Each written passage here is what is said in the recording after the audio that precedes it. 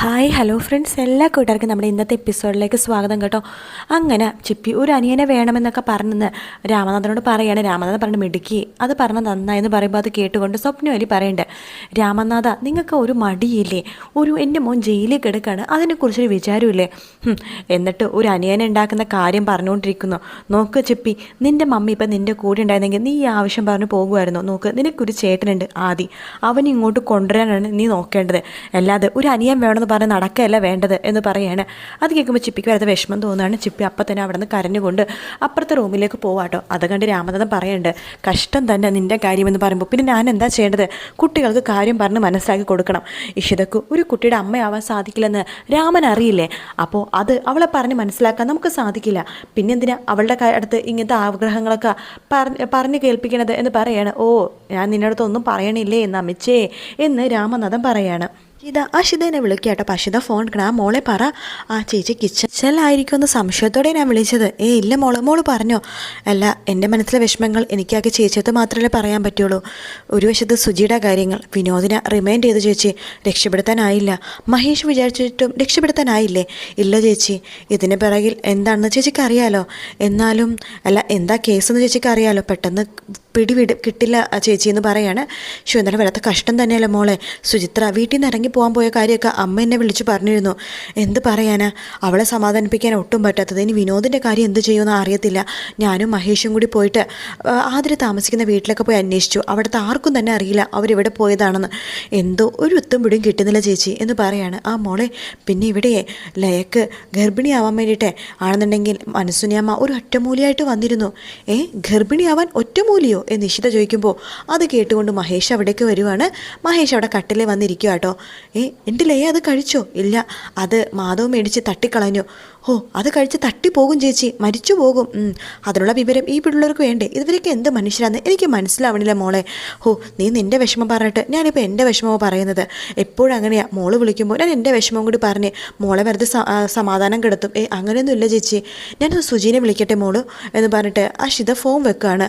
ഇഷിതക്ക് വന്ന് കേൾക്കുമ്പോൾ വല്ലാത്ത വിഷമമൊക്കെ തോന്നുന്നുണ്ട് കേട്ടോ. ഫോൺ വെച്ച് കഴിഞ്ഞ് നിഷിത നോക്കുമ്പോഴേക്കും മഹേഷ് അവിടെ ചിരിച്ചുകൊണ്ടിരിക്കുക കേട്ടോ. ആ മഹേഷ് ഇവിടെ ഉണ്ടായിരുന്നോ? അല്ലടോ, ഗർഭിണിയാവാൻ ഒറ്റമൂലിയൊക്കെ ഉണ്ടോ? ഒന്നും പറയണ്ട, മനസ്സുനിയമ്മേ നമ്മുടെ ലയക്കെ കലക്കി കൊടുക്കാൻ വേണ്ടി, പാലേ കലക്കി കൊടുക്കാൻ വേണ്ടി കൊടുത്തതാ ഒറ്റമൂലിയാണെന്ന് പറഞ്ഞിട്ട് മാധവ തട്ടിക്കളഞ്ഞു എന്നാണ് പറഞ്ഞത്. ഇതൊക്കെ ഇപ്പോഴത്തെ ജീവിക്കുന്ന മനുഷ്യർ ഇങ്ങനെയൊക്കെ ചിന്തിക്കുമെന്നാണ് ഞാൻ ആലോചിക്കണത് എന്ന് പറയുമ്പോൾ മഹേഷ് പറയണ്ടോ, എടോ അതങ്ങനെ തള്ളിക്കളയണ്ട. ഒരു പെണ്ണിനെ അമ്മയാവാനുള്ള ആഗ്രഹം അതിയായി കഴിഞ്ഞാൽ ചിലപ്പോൾ ഇതിലൊക്കെ വിശ്വസിച്ച് പോയെന്നിരിക്കും. ഒരു കുഞ്ഞിനെ വേണമെന്നുള്ള ആഗ്രഹം മനസ്സിൽ ഉറപ്പിച്ചു കഴിഞ്ഞാൽ പല തെറ്റുകളും നമ്മൾ ചെയ്തെന്നിരിക്കും. അതിനിങ്ങനെ താൻ കളിയാക്കല്ലേ, അവരുടെ മനസ്സിൽ ആ ഒരു ചിന്തകൾ കൊണ്ടിട്ടായിരിക്കും അവരിങ്ങനെയൊക്കെ ചെയ്യണത് എന്ന് പറഞ്ഞിട്ട് മഹേഷ് അവിടെ നിന്ന് പോകുവാണ്. പിന്നെ അതിനുശേഷം ഇഷിതക്കും ആകെ വിഷമോട്ടോ. ഇഷിതക്ക് മനസ്സിലായി മഹേഷിനും ആ ഒരു ചിന്തയുണ്ടെന്ന്, അതായത് ഒരു കുഞ്ഞിനെ വേണം എന്നൊരു മതിയായ ആഗ്രഹം മഹേഷിനുണ്ടെന്ന് ഇഷിതക്ക് മനസ്സിലായി. അതുകൊണ്ട് തന്നെ ഇഷിതക്ക് എന്ത് ചെയ്യണമെന്ന് അറിയാണ്ട് ഇഷിത അവിടെ കട്ടിലിൽ അങ്ങനെ ഇരിക്കുക കേട്ടോ. ഇഷിത ഫോൺ വിളിച്ച് റൂമിൻ്റെ പുറത്തേക്ക് ഇറങ്ങുമ്പോഴേക്കും മനസ്സിനെ അത് കേട്ടുകൊണ്ട് റൂമിൻ്റെ പുറത്ത് ഇങ്ങനെ നിൽക്കുക കേട്ടോ. മനസ്സിന് പറയണ്ടേ, നിൻ്റെ അനിയത്തിനെ എല്ലാം പറഞ്ഞ് കേൾപ്പിച്ചല്ലേ, ഇപ്പോൾ ചിരിക്കാനൊരു കാരണമായല്ലോ ഒറ്റമൂലി. അല്ല, ഞാൻ എൻ്റെ അനിയത്തിനെ വിളിച്ചു ഒറ്റമൂലിയുടെ കാര്യം പറഞ്ഞത് അമ്മക്ക് എങ്ങനെ മനസ്സിലായി? അമ്മ കാതിൽ ചെവി അത് കൊണ്ടുവന്നിട്ട് വാതിലെടുത്ത് വെച്ച് കേട്ടോ എന്ന് ചോദിക്കുകയാണ്. എടി, നിൻ്റെ വീട്ടുകാരുടെ സ്വഭാവം എൻ്റെ തലയിൽ കെട്ടിവെക്കല്ലേ. എൻ്റെ വീട്ടുകാർ ഒരിക്കലും ആരുടെ വിഷമത്തിൽ സന്തോഷിക്കില്ല, അങ്ങനെ അവരുടെ വിഷമത്തിൽ കൂടി നിൽക്കാനേ നോക്കുള്ളൂ, ഒരിക്കലും സന്തോഷിച്ച് ആർത്ത് ചിരിക്കില്ല. അതേടി, മനസ്സിനെ അങ്ങനെ തന്നെയാണ്. പക്ഷേ നിൻ്റെ വീട്ടുകാരോട് മാത്രമേ മനസ്സിനെ അങ്ങനെയുള്ളൂ. നിൻ്റെ വീട്ടുകാർക്ക് എന്ത് സംഭവിച്ചാലും മനസ്സിലേക്ക് സന്തോഷമാടി, പ്രത്യേകിച്ച് നിൻ്റെ അനിയത്തിക്ക് അവൾ ചത്ത് കിടന്നാലും ഞാൻ സന്തോഷത്തോടെ ആർത്ത് ചിരിക്കോടി എന്ന് പറയാണ്. നീ നിൻ്റെ അനിയത്തിനെ എല്ലാം വിളിച്ച് കേൾപ്പിച്ചല്ലേ, നിനക്കുള്ള പണി ഞാൻ തന്നോളാടേ എന്നൊക്കെ പറഞ്ഞുകൊണ്ടിരിക്കെ അവിടേക്ക് വരുവാണ് നമ്മുടെ മഹേശ്വർ. എന്താ പ്രശ്നം? അതെ, ചോറ് ഇവിടെയും കൂറ് അവിടെയാണ് എന്ന് പറയാണ്. അല്ല, എന്താ പ്രശ്നം ചോദിക്കുമ്പോഴേക്കും അതെ, ഇവിടുത്തെ കാര്യങ്ങളൊക്കെ അനിയത്തിനെ വിളിച്ച് കേൾപ്പിക്കുക, റൂമിലിരുന്നിട്ട് ഒറ്റമുറിയുടെ കാര്യം ഇപ്പോൾ പറഞ്ഞു ചിരിക്കാൻ ഒരു കാര്യം കൂടി ആയല്ലോ എന്ന് മനസ്സിന് പറയുമ്പോഴേക്കും എടി നീ അങ്ങനെ പറഞ്ഞു അവളോട് എന്ന് ചോദിക്കുകയാണ്. ആ സമയത്ത് അഷിത പറയുന്നുണ്ട്, അല്ല ഞാൻ എൻ്റെ അനിയത്തിനടുത്ത് ഒറ്റമുറിയുടെ കാര്യം പറയുന്നത് നിങ്ങളുടെ അമ്മ ഇങ്ങനെ കേട്ടു, റൂം അടച്ചാൻ ഇട്ടിട്ടുണ്ടായിരുന്നത്, അപ്പോൾ ഇവർ ഒളിഞ്ഞു കേട്ടോ എന്ന് ചോദിക്കുകയാണ്. എടാ, ഇവളുടെ അഹങ്കാരം കണ്ടില്ലേ, ഇവിടെ നിന്ന് തടിച്ചു കൊഴുത്തിൻ്റെ അഹങ്കാരം ഇവൾക്ക്. അതെ, ഞാൻ ഇവിടെ നിന്ന് തടിച്ചു കൊഴുത്തിട്ടുണ്ടെങ്കിലേ, ഭക്ഷണം കഴിച്ചിട്ടുണ്ടെങ്കിൽ അതിനെ കണക്കൊന്നും പറയണ്ട, അതിന് 10 ജോലി ഞാനിവിടെ ചെയ്യുന്നുണ്ട്. അമ്മയുടെ മരുമകളും എന്തെങ്കിലും ചെയ്യാറുണ്ടോ? ഇല്ലല്ലോ, അതുകൊണ്ട് അതിൻ്റെ കണക്കൊന്നും പറയാൻ നിൽക്കണ്ട. എടാ, ഇവിടെ നീ നിലക്ക് നിർത്തിക്കോ, അല്ലാന്നുണ്ടെങ്കിലേ എൻ്റെ കൈ ഇവളുടെ മുഖത്തേക്ക് വീഴും എന്ന് പറയാണ്. അടിച്ചു പൊട്ടിക്കട ഇവളുടെ മുഖം എന്ന് പറയുമ്പോൾ തൊട്ടു പോകരുത് നിങ്ങൾ എന്ന് അഷിത പറയാണ്. അപ്പോഴേക്കും മനസ്സിന് നാണം കെട്ട് അവിടെ നിന്ന് പോകുകയാണ്. അഷിത പറയേണ്ടത് നിനക്ക് മര്യാദയ്ക്ക് നിന്നൂടെ എന്ന് ചോദിക്കുകയാണ്. അതെ, ഞാനിവിടെ ഒരു അടിമയെ പോലെയാണ് എല്ലാം ചെയ്യണത്. എനിക്കാകെ ഒരു പ്രതീക്ഷ മാത്രമേ എൻ്റെ ജീവിതത്തിലുള്ളൂ, എൻ്റെ മോനെക്കുറിച്ചുള്ള പ്രതീക്ഷ. അവൻ വളർന്ന് വലുതായി കഴിയുമ്പോൾ മാധവിനെ പോലെ നല്ലൊരു ആൺകുട്ടിയായിട്ട് എല്ലാത്തിനും എതിർത്ത് സംസാരിക്കാൻ, നല്ലതിൻ്റെ കൂടെ നിന്ന് ചീത്തതിനെ എതിർത്ത് സംസാരിക്കാൻ കഴിവുള്ളവനാണെങ്കിൽ എനിക്കത് മാത്രം മതി എന്ന് പറയാണ്. അല്ലാതെ നിങ്ങളെപ്പോലെ അമ്മയുടെ പുറകിൽ എന്ത് തെറ്റ് ചെയ്താലും പറഞ്ഞു നടക്കണ ഒരു മോനാണെന്നുണ്ടെങ്കിൽ അതിലും ഞാൻ തോറ്റുപോകും. അതുകൊണ്ട് എൻ്റെ മോൻ്റെ കാര്യത്തിൽ മാത്രമേ ഉള്ളൂ എനിക്കൊരു വിശ്വാസം എന്ന് പറഞ്ഞിട്ട് അഷിത അവിടെ ഇരിക്കുക കേട്ടോ, കരഞ്ഞുകൊണ്ടിരിക്കുകയാണ്. അത് കേൾക്കുമ്പോൾ മഹേശ്വർ അവിടെ നിന്ന് പോകുന്നുണ്ട്. പിന്നീട് കാണിക്കണത് ആകാശിനെ ആട്ടോ. ആകാശ് ഫോണിൽ മന്ത്രെടുത്ത് സംസാരിച്ചുകൊണ്ടിരിക്കുകയാണ്. അതെ അതെ, ഇല്ല സർ, ഒരിക്കലും അറിയില്ല. അതിലെവിടെയാന്ന് ആർക്കും കണ്ടുപിടിക്കാൻ സാധിക്കില്ല. ആകാശ് മേനൊരു കുരുക്കിട്ട ആ കുരുക്കഴിക്കാൻ ആകാശ് മേനന് മാത്രമേ സാധിക്കുള്ളൂ. ഓക്കെ സർ, ശരി സർ, ഓക്കെ എന്നുകൊണ്ട് ഫോൺ വെക്കുകയാണ്. രചന വരുന്നുണ്ട്. രചന വരുമ്പോൾ ആകാശ് പറയേണ്ടത്, അതെ ആതിരനെ അന്വേഷിച്ച് ഇഷിതയും മഹേഷും അവിടെ പോയിരുന്നു, പക്ഷെ അവർക്ക് ഒരിക്കലും കണ്ടുപിടിക്കാൻ സാധിക്കില്ല എന്ന് പറയണം. അത് കേൾക്കുമ്പോഴേക്കും നമ്മുടെ രചന പറയേണ്ടത്, അതെ എൻ്റെ പേടി ഇപ്പോൾ എൻ്റെ മകനെക്കുറിച്ച് ആലോചിച്ചിട്ടാണ്. അവൻ്റെ സ്വഭാവം ആകെ മാറി വരുവാണ്. എനിക്ക് മനസ്സിലാവുന്നുണ്ട്. അന്ന് ചിപ്പിയുടെ പിറന്നാളിനാണ് അവൻ മതിൽ ചാടി അവിടേക്ക് പോയപ്പോഴേ എനിക്ക് മനസ്സിലായി തൻ്റെ മതിൽ അവൻ ചാടാൻ തുടങ്ങിയെന്ന്. എന്തായാലും നമ്മളൊരു തെറ്റ് ചെയ്തു. ആ ചിപ്പിയുടെ സ്കൂളിലേക്ക് അവനെ പറഞ്ഞയക്കാൻ പാടില്ലായിരുന്നു. ഇനിയിപ്പോൾ എന്താ കാര്യം, നടന്നത് നടന്നു എന്ന് പറയാണ്. രചന പറയുന്നുണ്ട്, ആകാശിന് അവൻ്റെ ഇപ്പോഴും ആഗ്രഹം എന്താണെന്ന് മനസ്സിലായിട്ടില്ലേ? അവൻ എന്താ ഇങ്ങനെയൊക്കെ ആവണമെന്ന് ആകാശിന് മനസ്സിലായില്ലേ? അത് മനസ്സിലാവാത്ത പോലെ അഭിനയിക്കുകയാണോ? അവൻ്റെ ആകെ ഒരു വിഷയം എന്താണെന്ന് പറഞ്ഞത്, ഞാനും ആകാശം ഒരു ബന്ധുവില്ലാതെ ഒരുമിച്ച് നിൽക്കണത് ആലോചിച്ചിട്ടാണ്. അതാണ് എൻ്റെ മോനെ കൂടുതൽ ഈ ഒരു അവസ്ഥയിൽ കൊണ്ട് എത്തിക്കണത്. അതിന് താൻ എന്ത് ചെയ്യണമെന്നാണ് പറഞ്ഞത്? ഞാൻ തൻ്റെ കഴുത്തിൽ താലി കെട്ടണോ? അതൊരിക്കലും നടക്കില്ലെന്ന് താൻ തൻ്റെ മോനെ പറഞ്ഞ് മനസ്സിലാക്ക്. പിന്നെ താൻ ചെയ്യേണ്ടത് എന്താണെന്ന് വെച്ചിട്ടുണ്ടെങ്കിൽ തൻ്റെ മോനെ മഹേഷിനെ ഒരുപാട് അകറ്റണം. അവൻ്റെ ഏറ്റവും ഒരു ശത്രുവാക്കി മഹേഷിനെ മാറ്റണം. പിന്നെ തൻ്റെ കയ്യിലെ ചീട്ട്, അമ്മ ചീട്ട്, അതിറക്കി നന്നായിട്ട് കളിക്കണം. അവനെ വരച്ച് നിർത്താൻ താൻ വിചാരിച്ചാൽ നടക്കുകയുള്ളൂ എന്നൊക്കെ പറഞ്ഞിട്ട് ആകാശിന് അപ്പോഴേക്കും കോൾ വരുവാണ്. ഹലോ, ആ sir, okay sir, fine sir എന്നൊക്കെ പറഞ്ഞിട്ട് പുറത്തേക്ക് പോവാട്ടോ. രചന ആകെ അവിടെ തന്നെ ഇരുന്നിട്ട് ഇങ്ങനെ ആലോചിച്ചുകൊണ്ടിരിക്കുകയാണ്. ഇഷിതയായിട്ടോ കാണിക്കണത്. ഇഷിത ആകെ റെഡി ആയിട്ട് വരുന്നുണ്ട്.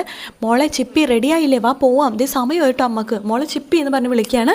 മഹേഷ് വരുന്നുണ്ട്. എടോ മോള് സ്കൂൾ ബസ്സിന് പോയിക്കോളൂ, താൻ പോയിക്കോ സമയമെങ്കിൽ. അതല്ല, ഞാൻ റെഡിയായിട്ട് നിൽക്കുകയാണ്. അവൾ റെഡിയായെങ്കിൽ അവളെ കൊണ്ടേ ആക്കാമെന്ന് വിചാരിച്ചു. എടോ ഞാൻ വേണമെങ്കിൽ അവളെ കൊണ്ടേ ആക്കാം. എനിക്ക് ഇന്ന് സ്കൂളിൽ പോകണമെന്ന് ആഗ്രഹമുണ്ട്. ഇന്നലെ മുതൽ അവൾ ആ കാര്യം പറഞ്ഞപ്പോൾ തൊട്ട് എനിക്ക് അതിനെ കാണാനൊരു ആഗ്രഹം. ഓ, അപ്പോൾ മോനെ കാണാൻ വേണ്ടി പോവാണല്ലേ? എനിക്കങ്ങനെ ആഗ്രഹിച്ചുകൂടെ? തീർച്ചയായിട്ടും ആഗ്രഹിക്കാം. അവൻ ഇന്ന് എന്തായാലും ആ മഹേഷിനെ ഡാഡിന്ന് വിളിക്കും. മഹേഷിൻ്റെ ഏറ്റവും വലിയ സ്വപ്നം പൂവണിയും. എന്നെ ഡാഡിന്ന് വിളിച്ചില്ലെങ്കിലും കുഴപ്പമില്ലടോ, സ്നേഹത്തോടൊന്ന് നോക്കിയാൽ മതി അവൻ. ഇല്ല മഹേഷ്, അതിനേക്കാൾ അപ്പുറം ഒന്നും നടക്കും. അവൻ ഡാഡിന്ന് വിളിക്കും. ഞാനല്ലേ പറയണത്? ശരി എങ്കിൽ ഞാൻ പോട്ടെ മഹേഷ്. ഓക്കെ ഡിയർ എന്ന് പറയാണ്. അങ്ങനെ ഇഷിത അവിടെ നിന്ന് പോവാണ്. ചിപ്പിമോളെ, നമ്മൾ സ്കൂളിൽ പോയി കഴിഞ്ഞിട്ടാണോ ആദ്യേട്ടൻ്റെ സ്കൂൾ ബസ് വരുന്നത്? ഞങ്ങൾ എത്തിക്കഴിഞ്ഞിട്ട് അവർ വരുള്ളൂ. എങ്കിൽ നമുക്ക് പോയാലോ? പോകാം എന്ന് പറയാണ്. അങ്ങനെ ആദ്യമല്ല മഹേഷും ചിപ്പിയും കൂടിയിട്ട് സ്കൂളിൽ പോകാൻ വേണ്ടി ഇറങ്ങുവാട്ടോ. പിന്നീട് കാണിക്കേണ്ട വീണ്ടും അഷിതേനെയാണ്. അഷിത ഒരു ഗ്ലാസ് ചായ ആയിട്ട് മഹേശ്വരുടെ അടുത്തേക്ക് പോവാണ്. മഹേശ്വരേട്ടാ ഇന്ന ചായ എന്ന് പറഞ്ഞ് കൊടുക്കുന്നുണ്ട്. മാധവും അതുപോലെ തന്നെ ലയയും വരുന്നുണ്ട്. അല്ല നിങ്ങളെങ്ങോട്ടാണ് പോണത് എന്ന് മഹേശ്വർ ചോദിക്കുമ്പോഴേക്കും മാധവ് പറയുന്നുണ്ട്, ഞങ്ങളൊരു ഹോസ്പിറ്റലിൽ പോകും എന്ന് പറയുമ്പോൾ തന്നെ അത് കേട്ടിട്ട് മനസ്സിന് അങ്ങോട്ട് വരികയാണ്. ഹോസ്പിറ്റലോ? എന്നിട്ട് നിങ്ങളത് എന്നോട് പറയാത്തത്? ഞങ്ങളുടെ എല്ലാ കാര്യങ്ങളും അമ്മയടുത്ത് പറയണമെന്ന് നിർബന്ധമുണ്ടോ? ഇറങ്ങുമ്പോൾ പറയാമെന്ന് വിചാരിച്ചു. ഓഹോ അങ്ങനെയാണ്. അപ്പോൾ തീരുമാനം എടുത്താൽ എന്നോട് പറയില്ലല്ലേ? ഇല്ല പറയില്ല. ഇതിനങ്ങനെ ഉണ്ടൊരു തീരുമാനമാണ്. ലയ വാ പോവാം. ഏത് ഹോസ്പിറ്റലാണ് ഇവിടെ കൊണ്ട് പോണത് എന്ന് ചോദിക്കുമ്പോൾ ലയ പറയുന്നുണ്ട്, അത് പറഞ്ഞില്ല, എന്തായാലും നല്ല ഹോസ്പിറ്റലായിരിക്കും. അതോ നിങ്ങൾ ആ മാളവിക ഡോക്ടറെ കാണാൻ വേണ്ടിയിട്ടാണോ എന്നെ കൊണ്ടുപോകുന്നത്? അതാണെങ്കിൽ ഞാൻ വരില്ല എന്ന് പറയുമ്പോൾ, അതിനെ മാളവിക ഡോക്ടർ നിന്നെ അടുപ്പിച്ചിട്ട് വേണ്ടി ഞാൻ വിളിച്ചെന്താ നീ വരില്ലേ എന്ന് പറയുമ്പോഴേക്കും ഞാൻ വരാം എന്ന് പറയുകയാണ്. അപ്പോഴേക്കും മഹേഷ് മനസ്സിനെ പറയേണ്ടത്, നിങ്ങൾ ഒറ്റയ്ക്ക് പോകണ്ട, ഞാനും കൂടി വരാം. ഇവിടെ ഏത് ഡോക്ടറെ കാണിക്കണമെന്ന് എനിക്കൊന്ന് അറിയണം എന്ന് പറയുകയാണ്. അമ്മ വരണ്ട, ഞങ്ങൾ പോയിട്ട് വരാം. എടാ നിൽക്കടാ, ഞാൻ ഫോൺ എടുത്തിട്ട് വരാം, ഇവിടെ നിൽക്ക് എന്ന് പറഞ്ഞിട്ട് ഫോൺ എടുത്തിട്ട് റെഡിയാവാൻ വേണ്ടി പോകുവാട്ടോ മനസ്സിനെ. ആ സമയത്ത് മാധവ് പണ്ടല്ലേ വാ നമുക്ക് പോകാം എന്ന് പറയുമ്പോൾ മഹേശ്വർ പറയണ്ടേ, എടാ അമ്മ റെഡിയാവാൻ പോയിരിക്കുക, ദേ നീ അമ്മേനെ നാണം കെടുത്തരുത് കേട്ടോ, അമ്മ വന്നിട്ട് പോയാൽ മതി. ദേ ലയെ നീ ഇവിടെ നിൽക്കണ്ട, നമുക്ക് പോകാം, നമ്മുടെ പ്ലാനിങ് ഒക്കെ എല്ലാം പൊളിഞ്ഞു പോകും, അമ്മ വന്നാ വാ എന്ന് പറഞ്ഞിട്ട് ലയേനെയും കൂട്ടിക്കൊണ്ട് മാധവ് അവിടെ നിന്ന് പോകുകയാണ്. ആ സമയത്ത് നമ്മുടെ അഷിതയ്ക്ക് ചിരി വരും കേട്ടോ. അങ്ങനെ മനസ്സിന് റെഡിയായിട്ട് ഫോണൊക്കെ എടുത്തിട്ട് വരുമ്പോഴേക്കും അവരെ കാണുന്നില്ല. അവരിവിടെ പോയി, അവർ പോയമ്മേ, ഞാൻ വരികയാണെന്ന് പറഞ്ഞിട്ട് അവർ പോയോ? പോയി. എന്നെ നാണം കെടുത്തിയപ്പോൾ അവന് സമാധാനമായ അല്ലേ എന്ന് പറയണത്, നിനക്ക് പിടിച്ച് നിർത്തിക്കൂടായിരുന്നടാ, ഞാൻ പറഞ്ഞ അവൻ കേൾക്കും അമ്മേ എന്ന് പറയാണ്. അപ്പോഴേക്കും അഷിത പറയുന്നുണ്ട്, അതേ അമ്മേ, ഈ മോനെ പോലെയല്ല ആ മോൻ, ഈ മോൻ ഒരു പഴം വിഴുങ്ങിയ, പക്ഷെ ആ മോൻ അങ്ങനെയല്ല, കുറച്ച് സ്റ്റാൻഡുള്ളവനാ, അവൻ്റെ ഭാര്യയ്ക്ക് വേണ്ടി അവൻ എന്തും ചെയ്യും എന്ന് പറയുമ്പോഴേക്കും അതിനുശേഷം അക്ഷിത പറയുന്നുണ്ട് അതെ അവനെ ചിലപ്പോഴേ ഡോക്ടറെ കണ്ടു കഴിഞ്ഞിട്ട് അവൻ്റെ ഭാര്യയും കൂട്ടിക്കൊണ്ട് ബീച്ചിൽ പോകണുണ്ടാവും, പാർക്കിൽ പോകണമെന്ന് ആഗ്രഹം ഉണ്ടാവും, അവിടെയൊക്കെ നിങ്ങളുടെ അമ്മേനെയും കൂട്ടിക്കൊണ്ട് പോകാൻ പറ്റുമോ എന്ന് പറഞ്ഞിട്ട് അക്ഷിത അവിടെ നിന്ന് പോവുകയാണ്.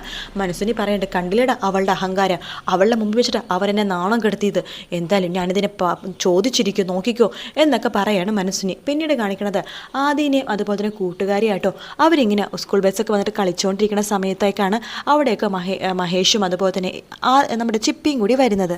കാണുമ്പോൾ തന്നെ സൂരജും കിരണും പറയണ്ട് എടാ നിന്റെ ഡാഡിയാണല്ലോ ഇവിടെ നിന്ന് വന്നേക്കണത്, ഡാഡിയുടെ കാറാണല്ലോ അത് എന്ന് പറയാണ്. അപ്പോൾ കിരൺ പറയണ്ട് എടാ ആദ്യ പോയി ഡാഡി അടുത്ത് സംസാരിക്കടാ എന്ന് പറയുമ്പോൾ സൂരജ് പറയണ്ട് ആദ്യേട്ടനോ സംസാരിക്കാനോ മഹേഷ് അങ്കിളിനോട് ആദ്യേട്ടൻ സംസാരിക്കേയില്ല എന്ന് പറയാണ്. ആ സമയത്ത് കിരൺ പറയണ്ട് ശരിക്കും പറഞ്ഞാൽ ഇവരുടെ ഡാഡി എന്തൊരു പാവമാണ്, ഇവനത് മനസ്സിലാവുന്നില്ല, ശരിക്കും നല്ല പാവമാണ്, നല്ല മനുഷ്യനെ ഇവൻ്റെ ഡാഡി, നീ എന്താണ് ആദ്യം അത് മനസ്സിലാക്കാത്തത് എന്ന് കിരൺ ചോദിക്കുകയാണ്. ആദ്യമാണെങ്കിൽ എന്ത് ചെയ്യണമെന്ന് അറിയാണ്ട് ടെൻഷനായിട്ട് നിൽക്കാം കേട്ടോ.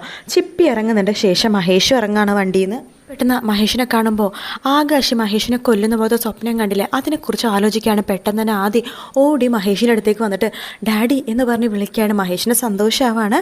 മഹേഷ് ചിരിച്ചുകൊണ്ടിരിക്കുന്ന സമയത്ത് ആദ്യം വീണ്ടും ഡാഡി എന്ന് പറഞ്ഞ് വിളിക്കുകയാണ്. ചിപ്പിക്ക് സന്തോഷമാവുന്നുണ്ട് കേട്ടോ.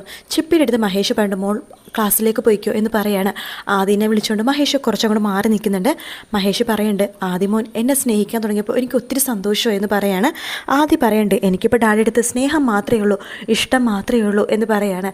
എനിക്ക് ഒരുപാട് സന്തോഷമുണ്ട് മോനെ, എത്ര നാളെ ഞാൻ ഈ കാര്യത്തിന് വേണ്ടി കാത്തിരിക്കണത്, മോൻ്റെ വായിന്ന് ഡാഡിന്ന് വിളി കേൾക്കാൻ വേണ്ടി കാത്തിരിക്കണത് എത്ര നാളായെന്നറിയാവോ ഡാഡി, എനിക്കിപ്പോൾ ഡാഡീനെ ഒത്തിരി ഇഷ്ടമാണെന്ന് പറയാണ്. മോൻ എന്നൊരു കാര്യം ചെയ്യ്, ഡാഡിയുടെ കൂടെ വാ, അവിടെ മോനെ ഒരു സമാധാനം ഇല്ലെന്ന് ഡാഡിക്ക് അറിയാം, പക്ഷേ മോൻ മമ്മീനെ ഉപേക്ഷിക്കണമെന്ന് ഞാൻ പറയില്ല കേട്ടോ എന്ന് പറയുമ്പോഴേക്കും ഡാഡി എനിക്കും ആഗ്രഹം അതുതന്നെയാണ്, മമ്മീനെ ഉപേക്ഷിക്കാൻ എനിക്ക് പറ്റില്ല, മമ്മിക്ക് ഞാൻ മാത്രമല്ലേ ഉള്ളൂ ഡാഡി എന്ന് പറയുന്നുണ്ട് അതിനുശേഷം ആദ്യം പറയുന്നുണ്ട് എനിക്ക് വല്ലാത്ത ആഗ്രഹമുണ്ട് ഡാഡി, ഞാനും ചിപ്പിയും മമ്മിയും ഡാഡിയുമായിട്ടുള്ളൊരു സ്വപ്നം സ്വർഗം പോലത്തെ ഒരു ജീവിതം എന്ന് പറയാണ്. അത് കേൾക്കണം മഹേഷ് ആകെ ഷോക്കാവാട്ടോ. ഡാഡി ഞാൻ പറഞ്ഞത് ഡാഡി കേട്ടില്ലേ, ഞാനും അതുപോലെ തന്നെ ചിപ്പിയും ഡാഡിയും മമ്മിയും മാത്രമുള്ള ലോകം, അവിടേക്ക് വേറെ ആരും വേണ്ട എന്ന് ആദ്യം പറയാണ്. അത് കേൾക്കുമ്പോൾ മഹേഷിന് ഷോക്കാവാണ്. ഇഷിതനെക്കുറിച്ച് ആദ്യക്ക് ഓർമ്മ പോലും ഇല്ലേ എന്നൊക്കെ ആകെ ഷോക്കായിട്ടിരിക്കുന്ന ഭാഗത്തോടെയാട്ടോ എപ്പിസോഡ് തീരുന്നത്. നാളത്തെ പ്രൊമോയിൽ കാണിക്കുന്നത് മഹേഷ് ആകെ വിഷമിച്ച് വീട്ടിലിരിക്കാട്ടോ. അവിടേക്ക് ഇഷിത വരുന്നുണ്ട്. എന്തായും ചോദിക്കുമ്പോൾ നമ്മൾ എന്താ ആഗ്രഹിക്കുന്നോ അതിൻ്റെ മറുവശമാണ് നടക്കുന്നത്, സാരമില്ല മഹേഷ് എല്ലാം ശരിയാവും, അവൻ ഡാഡിയുടെ കൂടെ വരും എന്ന് പറയാണ്. പക്ഷേ ഇഷിതയെടുത്ത് ഈ കാര്യം മഹേഷിനെ പറയാൻ പറ്റാത്ത അവസ്ഥയിൽ മഹേഷ് ആകെ വിഷമിച്ചിരിക്കാട്ടോ. ശേഷം ആകാശ് എന്തൊരു ബിസിനസ്സിൻ്റെ ടൂറിന് വേണ്ടിയിട്ട് പോകുമ്പോഴേക്കും ആകാശിനോട് ആദ്യം പറയുന്നുണ്ട് അതെ ഞങ്ങളെ ഉടനെ തന്നെ ഡാഡിയുടെ അടുത്തേക്ക് പോകും, ഞാനും മമ്മിയും ഡാഡിയും ചിപ്പിയും കൂടി സുഖമായിട്ട് ജീവിക്കും എന്നൊക്കെ ആകാശിനോട് പറയാണ്. ആദ്യയുടെ ഈ ആഗ്രഹം കേൾക്കുമ്പോഴേക്കും രചനക്കും എന്ത് ചെയ്യണമെന്ന് അറിയില്ല, അതുപോലെ തന്നെ മഹേഷും എന്ത് ചെയ്യണമെന്ന് അറിയാത്ത ഒരു അവസ്ഥയിലിരിക്കുകയാണ്. അപ്പോൾ അവരെയൊക്കെ കാണിച്ചിട്ടാണ് പ്രൊമോ തീരുന്നത് കേട്ടോ. വീഡിയോ ഇഷ്ടപ്പെടുകയാണെങ്കിൽ ലൈക്ക് ചെയ്യാനും സബ്സ്ക്രൈബ് ചെയ്യാനും കമൻറ്റ് ചെയ്യാനും മറക്കല്ലേ. മറ്റൊരു വീഡിയോ ആയിട്ട് കാണാം. Take care, bye bye.